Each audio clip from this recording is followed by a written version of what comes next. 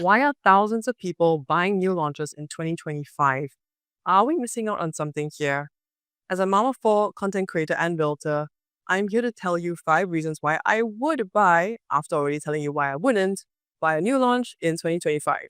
Before we get into the meat of things, if you like real estate content and want to be more empowered in your decision making, I hope you'll give this video a like and subscribe because I come up with videos every week to help you and your family grow into the next season. Without further ado, I'm sarahxmiracle, content creator and mom of four. And today, the key points I'm going to be covering are the 5 reasons why I would advise you or advise myself into buying a new launch in 2025. Overall, we have reasons such as whether your mindset towards property and real investment is looking at your overall net worth, if whether that's your mindset. We're also going to be looking at specific seasons of life where as a family or as a mom, you might be feeling that this is a relevant time to buy a new launch because anyway, you're going to be renting. Firstly, there is a group of people who want to have something totally brand new. And if you're a mom of four, you honestly don't have time to manage a huge renovation project, even if you're a mom of one and working a full-time job. Managing a huge renovation project can be quite a headache and cause a lot of stress if things go wrong. And furthermore, renovation prices have really gone up in the last 2 to 3 years after COVID due to all the supply chain disruptions. Even renovating a simple HDB flat of like 1,000 square feet, or my own family, right, they're renovating like 1,300 square foot, like condominium, it's costing anywhere from minimally $100,000 to $150,000 for 1,000 to 1,200 square foot kind of place. And so if you're looking at even bigger apartments, we're looking at upwards of $200,000 now for renovation works in 2025. And so if you want to like cut out major renovation works, getting a new launch might be for you, especially because you don't have the capacity to deal with so many things. Children are already your priority. You don't want to have to go through that whole process. Now, the second reason is that we do have a lot more efficient layouts in new launches compared to the older condominiums. Now, it's very common that you'll find like a big 3-bedroom, like a 1,500 3-bedder. But because of the positions of the windows, you can't reallocate and carve out more rooms in the space, even though it might be like a biggish 1,500 apartment. And now in our current modern day living, if you have more than 2 kids, or even if you have 2 kids, most people want to have at least 4 bedrooms, if not 5. And so if you're thinking about modern day living where kids need their own rooms to study, to sleep, and have their own space, parents need a potential study area to do their work from home calls so that we can actually monitor the kids a bit better. And sometimes we have parents staying with us. So we need like one room for them, preferably like a junior master so they have their own ensuite. If you look at modern day living, we have a need for more rooms, not necessarily more space, and new launches actually afford that. Now, let me give you an example. Like as a mom of four, I literally am looking for a place with 5 bedrooms. And if you want to look at all the resale condos with 5 bedrooms, they are really hugely rare, okay? So it's either I move into a landed where there's 5 bedrooms, like upstairs there's 3, then one more floor, there's another 2, or else I have to be looking at a newer development that has these 5-bedroom layouts because that actually lets my kids have 1 room each and then I have my own room. Or maybe like 2 of them share and then I have a study. Whereas you can't find these in the older resale condos and hence these layouts really make a lot of sense. Now I want to demonstrate this to you by sharing with you the layout 1453 of the Ori, which still has available units in the market right now. And I highly recommend looking at this project for 5 bedrooms. Now the reason why is that this is a harmonized project, which means that 1453 square foot, no aircon ledge compared to Chuan Park, where you do have an aircon ledge, even though it's 1550. So the 100 square feet more, technically 70% of that is going to aircon ledge spaces, or maybe even all of it. And for Chuan Park, we're talking about quantums of 3.8, 3.9, almost $4 million for the 5 bedders. Whereas at the Ori, we can still get $3.5 to $3.6 million for the 5 bedrooms. And look at this layout. Okay, I'm going to show it to you. It's a 4-meter wide space. Now, of course, you can also see the videos that I've shot over here as well. 4-meter wide balcony, 6-meter depth in terms of the living and dining area. You have a really nice dining space in front of a dry kitchen where you have a servery.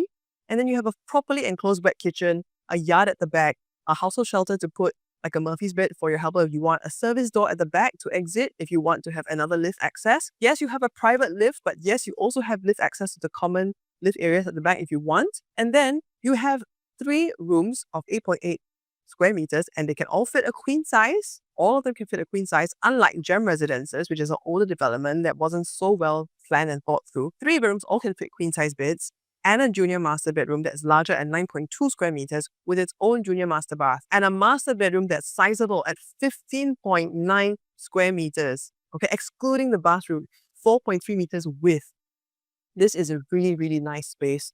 And if you wanted a more, wardrobe space for your master bedroom, you can break down the wall at bedroom 2 over here and make that your master bedroom wardrobe, like facing inside. So there's plenty of wardrobe space. And then that bedroom 2 can become your study room. So that's assuming you have 3 kids, all of them can have 1 room each, plus you have a study. It's also perfect for multi-generational living.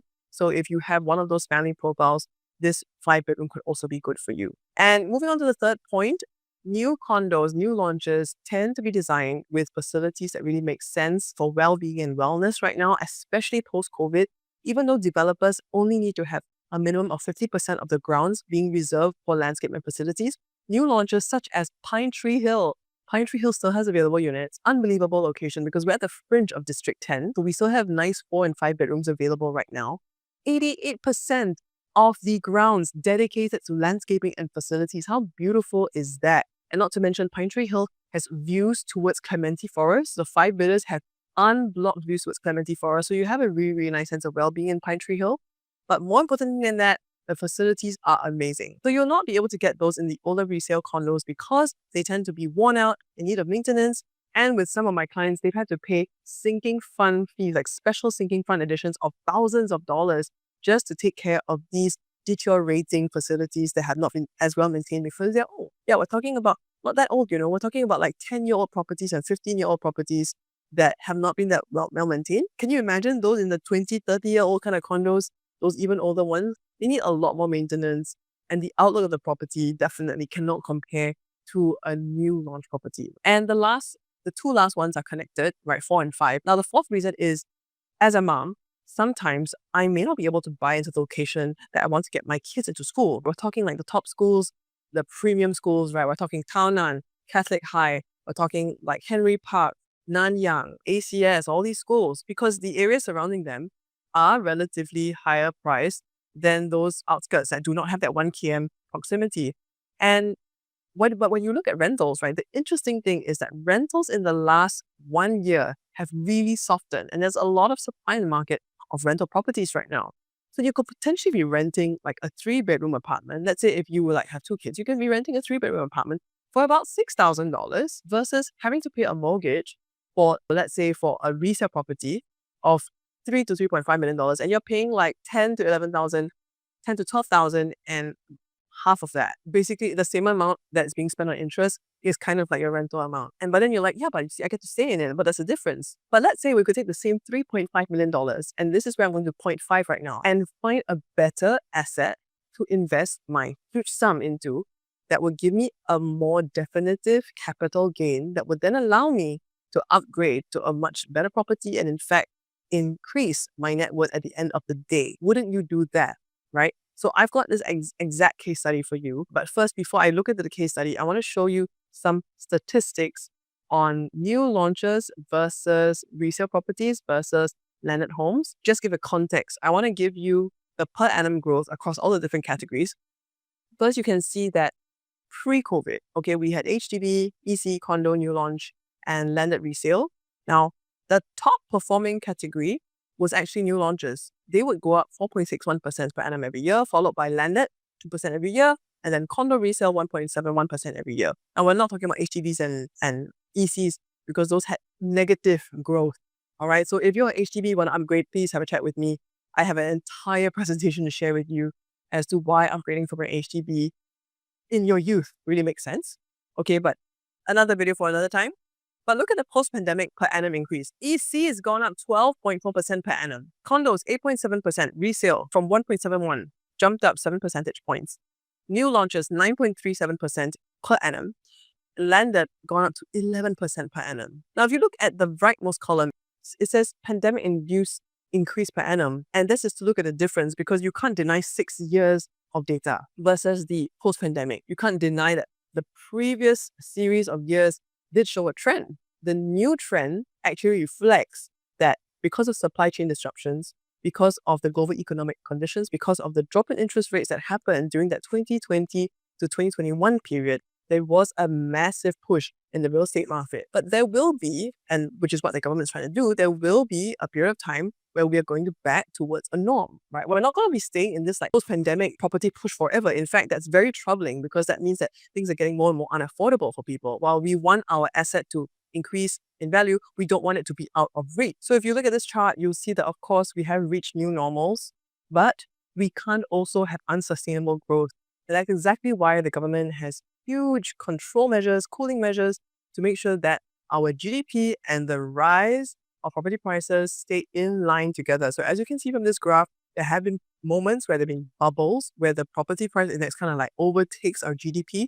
But right now, where we are, we're actually at a meeting point, which means that these new price acceptances in the market, where we have seen, like for example, we have 4 bedrooms in the OCR going from at least 2.9 million onwards, which we're talking about 2,200 plus per square foot, $3.3 million for RCR, which translates to about 2,500 per square foot. And in the CCR, we're talking about 3,275 per square foot for a 4-bedroom. And this is 2024 prices for a 4-bedroom house.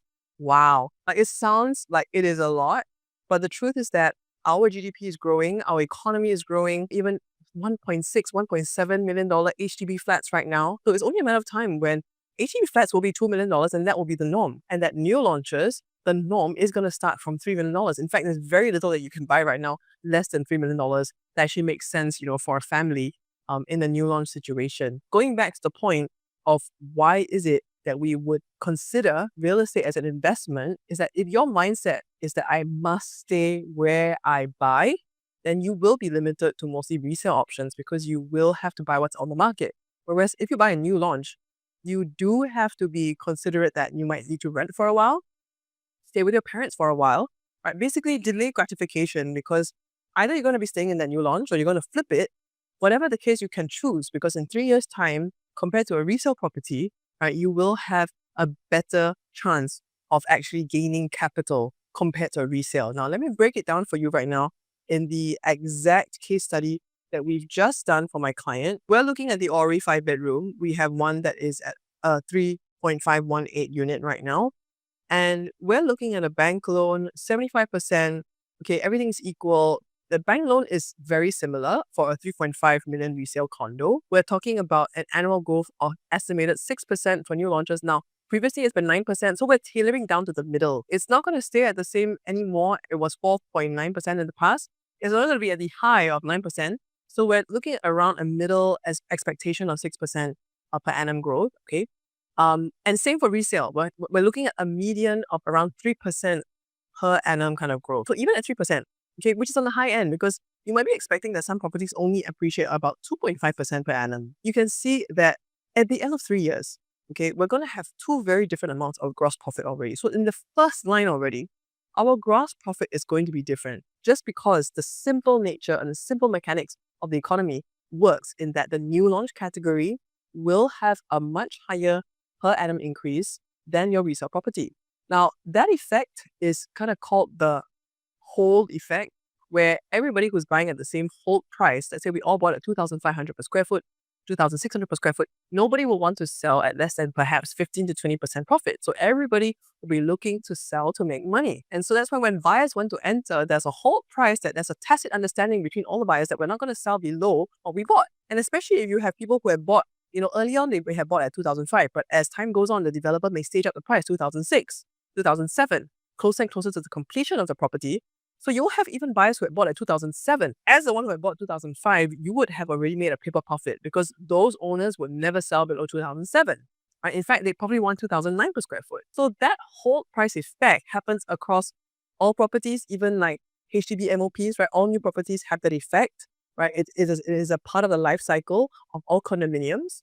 And what happens is that after the 10th year, you will start to see some stagnation because by that time, you have third owners already in the market versus first owners. The first owners can sell at whatever the third owners have bought. And that's where you start to see a lot of fluctuations in prices. For example, you can look at Commonwealth Towers, 2014, all the way to CSC, the first 4 years, you have a huge growth up here. And then following that, you have a bit of resale stagnancy all the way to 2020. And then there's a huge surge because of COVID, surging up now to 2,200 per square foot. Panorama, same thing you have growth to CSC, the first 3 years was the biggest increase from 1,003 to about 1,500 per square foot. Resale stagnancy, you can even see some prices dipping, and then second surge going up right now to 1,900 per square foot. So that point where you had sold, you already had made $200 to $300 per square foot, because some people even entered at 1,200 per square foot.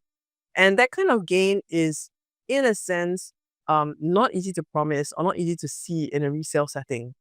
And without going into further details, because that could be a whole other video and we can actually talk about that in this other video, and I will link that as well. I just want to make the comparison, go back to that and show you that is why we have a higher profit, even just on the gross profit to begin with, okay? Then let's look at the expenses required, because, we talked about rental. While you're building under construction, the beauty of it is that we're not paying the full price up front. We're paying in progressive payments. We don't have as much interest as you would have as a resale condo. So compared to the resale, we're looking at 107,000 versus 194,000. But where the kicker is for the BUC that stumbles most people is the rental. If people are like, oh yeah, but I got to rent. So let's say $6,000 a month for 3 years, that's $216,000 for rental. What people don't realize, but in a resale condo, you have an alternate cost, which is that you have your renovation costs, because it's not renovated. You are looking at upwards for 1,500 square foot condo. You're looking upwards of almost $200,000, $150,000. You also have to pay your maintenance fee. You also have to pay your property tax. Your bank interest is almost double that in the same 3-year period of a new launch. If you look at the overall expenses, including your renovation costs, you're actually going to be spending more on your resale condo. You're going to be spending an estimate of $420,000 compared to $320,000. That's $100,000 more, mostly attributed to your renovation costs. But then if you tell me that, oh, but Sarah, I don't have to renovate, then I would recommend that you just rent. If you don't want to renovate, then there are a lot of good rental properties out there that will be much cheaper than your monthly mortgage, okay? But I don't advise it, because you need to stay invested in the market. So only rent if you are already invested, okay? So please, don't misquote me. So then let's look at the projected property valuation in 3 years' time. So based on that, we have a 4.18 potential valuation of our new launch. We might not even have TOP yet. It will already be valued as such, because every year there's new government land sales. Every year there's going to be new launches. Every year there's going to be new price acceptance in the market. And history has shown that, right? It's only in retrospect that the previous cycles look cheap. Look at this graph. Only in previous cycles, only when in hindsight that previous cycles look cheap. Look at this. Call Central used to be 2005. It's now going up to 4,005. RCR 10 years ago, 2004 to 2005. Now we're looking at average of 2,005 per square foot. So it's gone up 1,000 per square foot in the span of 10 years. And then you have the OCR going up from less than $1,000 to now like $2,200 per square foot on average. Just now I showed you that for the 4-bedroom. You can see that we can't predict where things will be in 10 years time, but in 3 to 4 years time, and let's say to be safe, in 5 years time, it's very reasonable for a new launch to be expecting that we're going up $400 to $500 per square foot. That is reasonable to expect. So going back to our main point on our main case study, we estimate a net profit of $348,000, and that is a 36.7% return on equity, which means that based on the capital that you've put down, okay, we're talking about your down payment, this is a 36.7% return on the actual cash you put in, versus your estimated net profit would be actually a negative, potential negative. So the only way I could imagine you managing this, because all these other things are fixed, and we haven't even put, so I assume the stamp duty is very similar, because stamp duty is all very similar. That's a sunk cost already for both properties. If you look at just comparing this, 97,000 loss and a negative 9% return on your equity. So if I take these figures out, okay, this is my cash return, CPF after sale, I get a $1.296 million return out after I sell my Ori 5-bedroom, versus after 3 years, I get $958,000, which by the way is a negative because you would have put in more than that, including all your sunk costs of your renovation and everything. And okay, let's say, okay, I'm going to pay my agent. All right, so if I pay my agent 2% each, I'm left with about 1.2 million flat.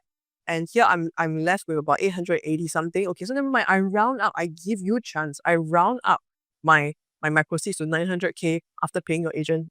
Let's say $60,000. You pay them 1.5%. I would basically get the buying power, okay, for my 1.2 cash proceeds after paying my agent to sell already.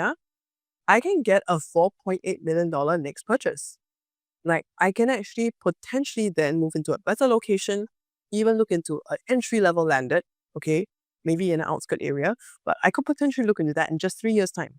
Whereas with my resale condo proceeds after 3 years, I can only buy back, just assuming that we're just taking the same cash out as my 25% down payment, I'm still back to my 3.512 million buying power, which essentially means that we get a free stay, but my net worth is stagnant. I don't get the chance using the same cash, right, and using the same investment vehicle to roll it into something that increases my net worth. Of course, you can say, yeah, I'll top it up with more cash, but then, you are faced with the potential that you are already losing money, number one, and number two, that you might not have more cash. You might not be able to have freed up even more cash at that point, compared to if you're selling out a 5-bed. By the way, this is a case study. I cannot predict the future. As a projection, right? Getting $1.2 million out versus 800 over 1,000. In conclusion, I know that family is the most important to you. And as a mom of four, I'm so appreciative that you're listening to me. I've been through so many different life cycles. I've rented, I've stayed HDB, I'm now in a private condo, and I might be looking into potentially renting a landed or seeing if I can buy an entry-level landed because I have 4 kids. And the whole point is this, if given the opportunity to increase your net worth, why not consider that 3 years of delayed gratification, renting in a place that is affordable, right, to reduce your costs so that you do get that good pot of gold that will be able to empower your next purchase, right? Why not? And especially back to point 4, if you are already renting for a primary school, that 3-year period is exactly the best time to do it, because you would be already having to rent in that location that you might find unachievable for your finances, but you believe in that school and the social capital is going to give your son and your daughter 100% believe in that. So why not park your investment in your free name into a new launch that will give you a much better promise of return? Now, I'm not saying all new launches are good, but in particular, the Ori still has some good. In particular, the 5-bedroom, guys, is really something that we need to look at. And Toa Payoh, surrounding Toa Payoh, it's record $1 million properties. Recently, $1.6 million transacted already in Toa Payoh, right? For HDB. So it's surrounded, and Toa Payoh is so central because anywhere you go, whether it's you're thinking Bishan, you're thinking Yishun, you're thinking Serangoon, Hougang, Bartley, everyone knows Toa Payoh. Toa Payoh is the center, and it's just off Newton and Novena. So it's really a location that is so rare, and there's only 77 of these 5-bedroom units, and there's only about 20 left right now. It's just a matter of time before it just snapped up like that, guys. So listen to me. If you're interested to understand more about the financing, I've already done an example to compare for you, right? So give me a call, because these units are not going to stay long on the market. It might take a little bit more of a jump for you financially speaking, but you have to believe in this, because look at the history of the new launch cycles. Look at the data, right? Don't use the emotional mindset that oh, can I actually sell my 5-bedroom later on and 4.2? Well, let me tell you, the most recent crazy transaction was a $10 million sale of a Jadescape penthouse that was bought in $5.8 million. So they made a $4 million profit. And the other 5 bedrooms, all right, so look at this particular chart. That jaw-dropping $10 million penthouse was one of that, okay? Looking at 5-bedroom in particular, because we're talking about big families like mine, okay? You got 3 or 4 kids, okay, or you got 2 kids with multi-generational. There were only 39 5-bedroom units in Jadescape that TOP'd. And look at their profits. We're talking about minimum $700,000. And they had a holding period of roughly, the one who held the longest was bought in 2018. So they held for 6 years, they got $1.146 million profit. The next one, they sold 2020. So only 3-year holding period, they made $1.12 million. Another one, they bought 2020, they sold 2024, $1.068 million. The newest guy, even though he bought the latest, which is 2020 August, and then he sold only after 3 years, he made $728,000. All right, so these are all the 4 bedrooms. That was a lower floor as well. The whole point is that 5 bedrooms are in low supply in central Singapore, and the Ori now offers you an opportunity to actually buy into that. It's really interesting for you to understand that when you want to buy into something that is scarce, because the scarce model is what makes the price goes up. Same thing why we want to eventually move into a landed property.